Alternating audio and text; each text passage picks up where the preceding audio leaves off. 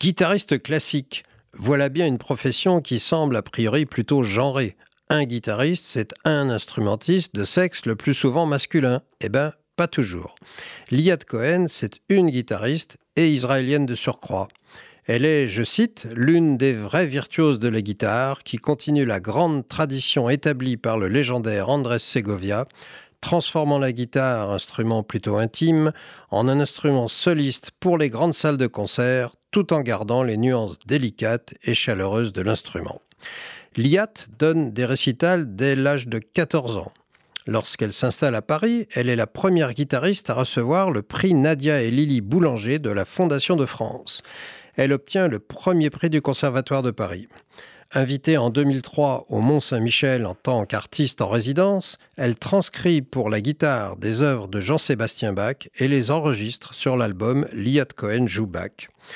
Dans son album Variations Ladino de 2007, elle ouvre un très large éventail esthétique, des échos nostalgiques d'un monde révolu à la vitalité du bel aujourd'hui.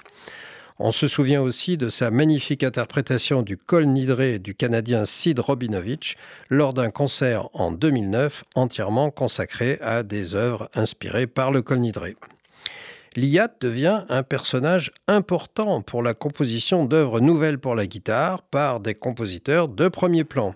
Il lui dédie des œuvres symphoniques et pour guitare soliste. Une partie de ce travail voit le jour sur le disque Concerto, après lequel elle sort un double CD Virtuosi, où elle interprète autant les grands classiques de Vivaldi et Bach que les compositions récentes de Castelnuovo Tedesco et Alexandre Tanzmann, dont voici la Danza Pomposa.